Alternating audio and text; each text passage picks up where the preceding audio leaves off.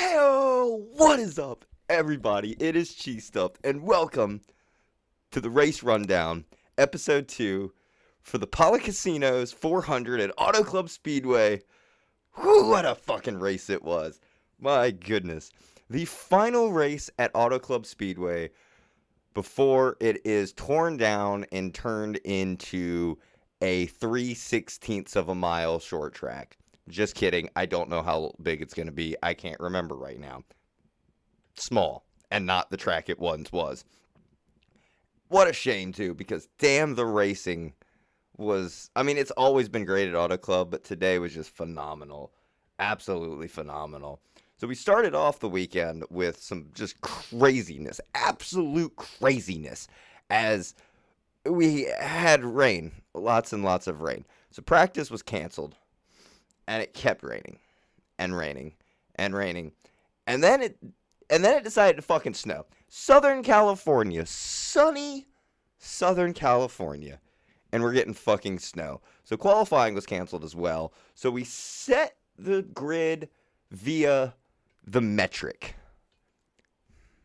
What's the metric? Not even Bob Pockris knows the metric. So it ended up having Christopher Bell starting on pole with Ricky Stenhouse Jr., Daytona 500 champion, starting second. Joey Logano third, Alex Bowman, the hack, starting fourth, and Christopher Buescher starting fifth. Kevin Harvick in his final home race at Auto Club started the race 10th, and my boy KFB, Rowdy Busch, started 21st. And the race got on to a pretty good start. Immediately, we were 3 wide coming through turns 1 and 2 and down the backstretch. Just great start to the race. Everything is just fantastic at Auto Club until it's not, because they ruin it by selling off like 90% of the fucking land and making a tiny short track, and they're just going to we're just going to be able to buy parking from the land that we sell. No, you're not.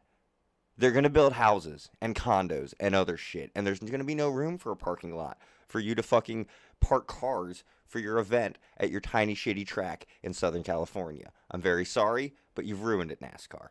Anyways, moving on from that. Ricky Stenhouse Jr. reminded everybody that it's not a super speedway, and he is still Ricky Stenhouse Jr. That's right. I'm going to make this joke in every video that I can.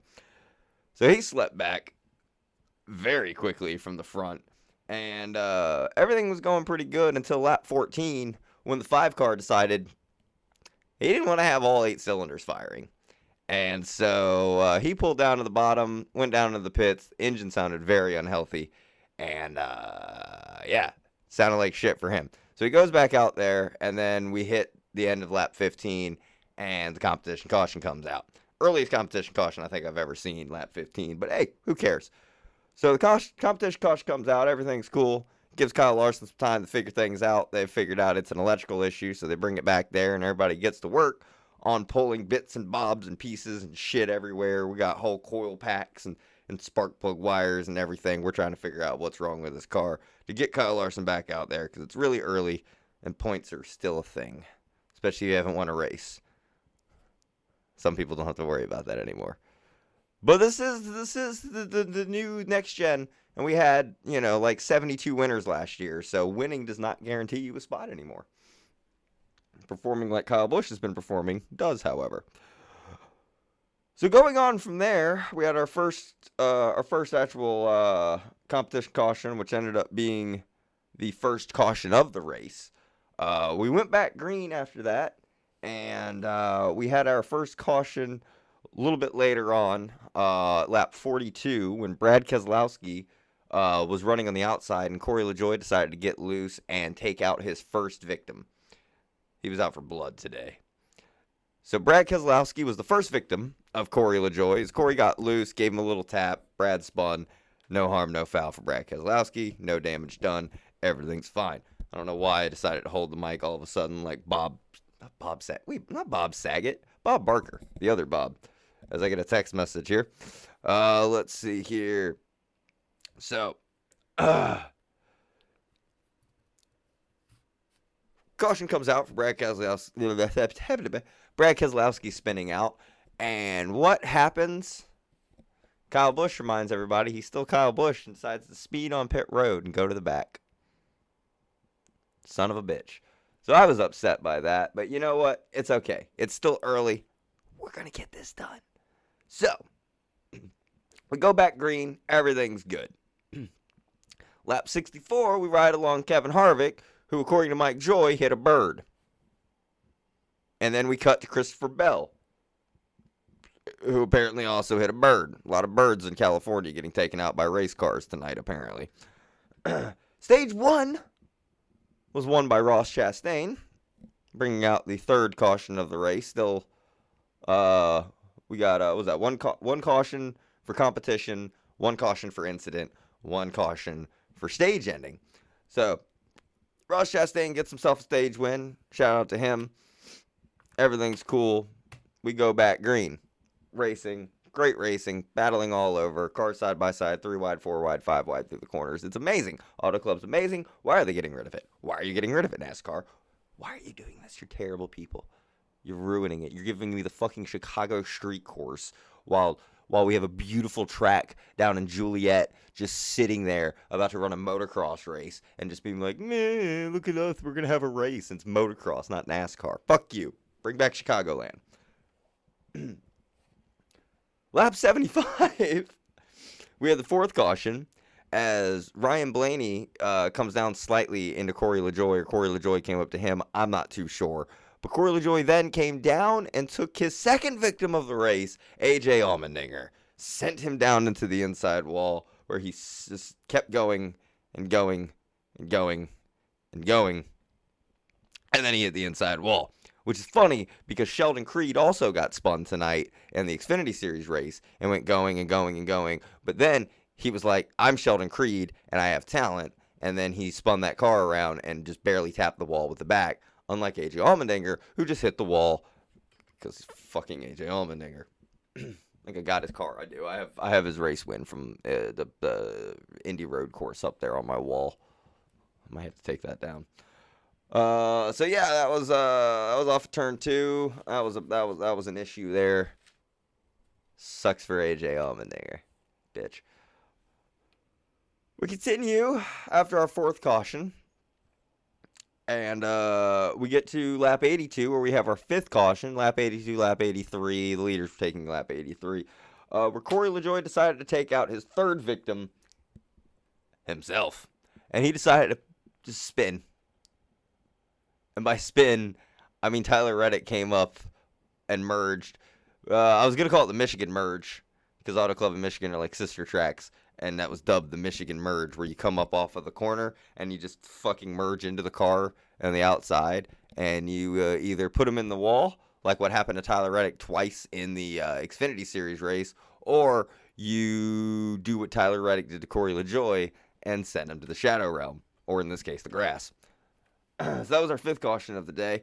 We got back green for 3 seconds, if that, as we had a huge checkup, and Ryan Blaney decided to hit. He decided. Ryan Blaney couldn't react fast enough, and because how the fuck could you? And ran into the back of Christopher Bell so hard that I'm pretty sure he's going to miss the rest of the season due to a concussion. Or he won't, because he's not a hack. Sorry, Bowman. And that's not the only thing that happened. While that was going on, Todd Gilliland reminded everybody that he's Todd Gilliland, in case you forgot, and he doesn't fully deserve to be on the track. And so he ran into the back of Ty Dillon, sending him into the grass, and then all hell broke loose. Everyone decided to run into everybody. Ryan Preece was involved. Eric Almirola was involved. I'm okay with both of those cars being involved. And man, it was a mess. It was a mess. What a restart. Terrible. So they got going again and stayed pretty calm till the end of stage 2, which was won by Ross Chastain. Again, first time ever, he swept 2 stages in a race. He gets it done here at Fontana in the final race at Fontana. I'm really sad about that. If you can't tell, I'm going to keep bringing that up. We keep going, and at lap 63, Todd Gilliland once again reminds us all he's still Todd Gilliland. And hits Austin Cindric not once, but twice, because he didn't get the job done on the first try, and so he put him in the wall. But Austin Cindric decided, I'm not going to be out of the race from this. So he straightens it back up and keeps going, because he's a fucking badass. What an amazing guy. Then we get closer towards the end. Lap 141. Ty Dillon's car did what it did last weekend. And so the caution came out. And we're all bunched up again. Oh, there's also a sweet moment. I forgot. I think this was like in stage 3 where Ross passed Kyle. Kyle passed Ross again. They come down to the pits. Kyle's like, I'm not going to speed this time. And Ross is like, I'm going to take it. And so they're side by side going into the pits. But that fucking number 8 pit crew just kicked ass.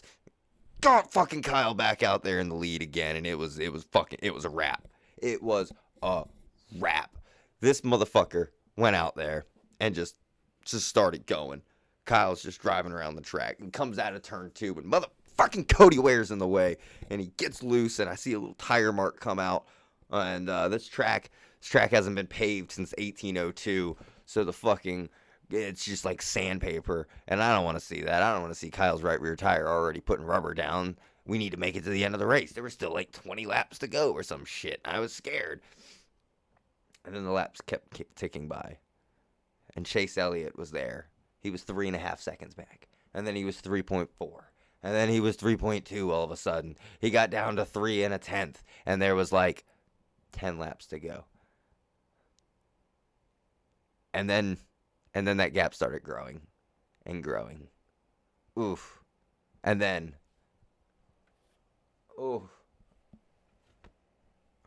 the white flag flew, and I got excited. Because if Daniel Suarez wanted to spin out again and ruin Kyle's race, it was already over. But he didn't. Nobody spun out. Because Kyle did not back his way into this win like he did his one win last year. And after a 53 race winless streak on asphalt, since he, I was going to see if it was going to pop up there. Since he won at Texas in 2020. In the 2021? No, wait, fuck, hold on. No, he won at Pocono. He won at Texas in 2020. And then he went to like Pocono and shit in 2021. I was an idiot. I was forgetting about that. Pocono happened. That was when he couldn't shift and they had to jump in and like cut the fucking boot open. And then they're like, we don't like that. You cut the boot open. You need to fix that. And then they fixed it. And Kyle's like, hey, guess what? I can't shift, but I'm still gonna win because I'm KFB. Kyle fucking Busch. Goddamn right. Sebastian Vettel. And so for now. How many?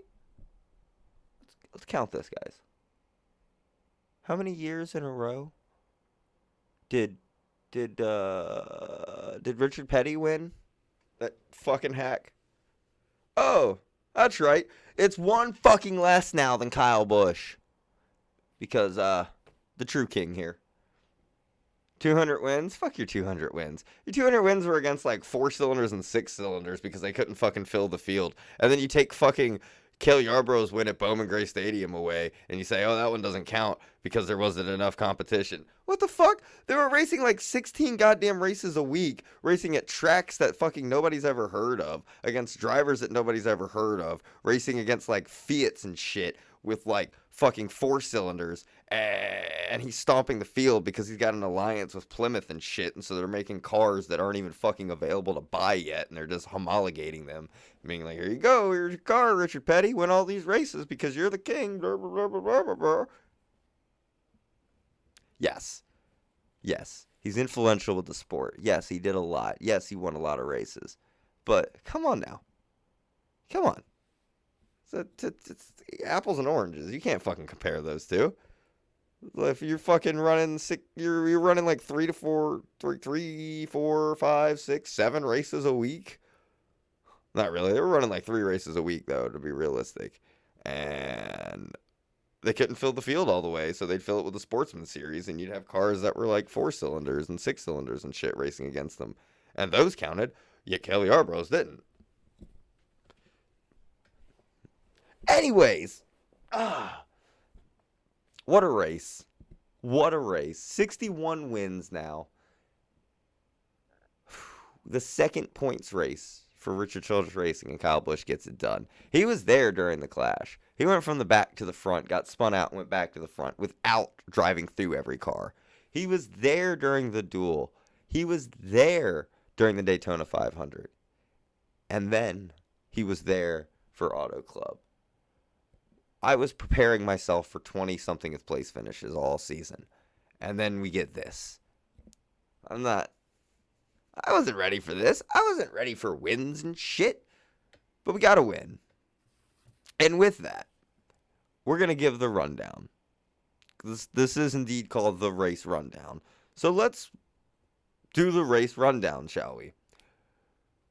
As we have Kyle Busch the winner. Beautiful. Chase Elliott second, Ross Chastain third, Daniel Suarez fourth, Trackhouse third, fourth, very nice for them. Kevin Harvick fifth, Denny Hamlin sixth, Brad Keselowski seventh, Alex Bowman eighth, Austin Dillon ninth, Joey Logano 10th, Martin Truex Jr. 11th, Ricky Stenhouse Jr. 12th, Christopher Buescher 13th, Corey LaJoie 14th. He killed everybody except for his car, apparently. Harrison Burton 15th, Ty Gibbs 16th, Todd Gilliland 17th, piece of shit. Michael McDowell 18th, Eric Jones 19th, Chase Briscoe 20th, Justin Haley 21st, Noah Gragson 22nd. It's about where I expected Noah Gragson and Kyle Busch to be battling, like when I heard Kyle going to RCR. So, like, this makes me feel good. Let's see here. J.J. Yaley, 23rd. B.J. McLeod, 24th. William Byron, 25th. Ryan Blaney, 26th. Cody Ware, who started 11th. He finished 27th. Austin Cindric, 28th. Kyle Larson, 29th. Bubba Wallace, 30th. Ty Dillon, 31st. Christopher Bell, 32nd. Ryan Preece, 33rd. Tyler Reddick, 34th. Eric Almirola, 35th. A.J. Allmendinger, 36th. Whoo! So 29 cars finished the race. Bubba, Ty, Christopher Bell, Ryan Preece, Tyler Reddick, Eric Almirola, and AJ Allmendinger were all out of the race. What a race it was, though. My goodness. I enjoyed it. I hope you did as well. I know a lot less people were booing Kyle Busch, and that's new. That's cool. I'm enjoying that. And I hope you enjoyed this. And if you did enjoy, I went to go put my foot up on the couch. It's too far away. If you did enjoy this, go ahead and hit the like button and subscribe as well. That'd be super cool of you. I'd greatly enjoy that. Greatly appreciate it as well. And let me know down in the comments below what you think of Kyle Busch and that beautiful Lucas Oil Chevy Camaro number 8 Richard Childress Racing car. I mean, how many wins do you think he's going to get this year? Because I'm hoping for more. We got one in the second race. We'll see how it keeps going. But anyways, I hope you've enjoyed. Do the things I just said. Hit the notification bell as well. Because next week, it's fucking Vegas, baby. And we are going to see if Kyle Busch can go back-to-back and get himself a win at his home track.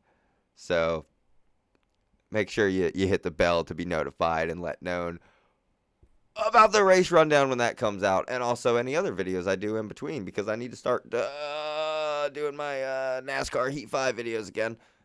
The return of Mitch Fastberg since racing season's back. But until then, thank you for watching. Come back next time.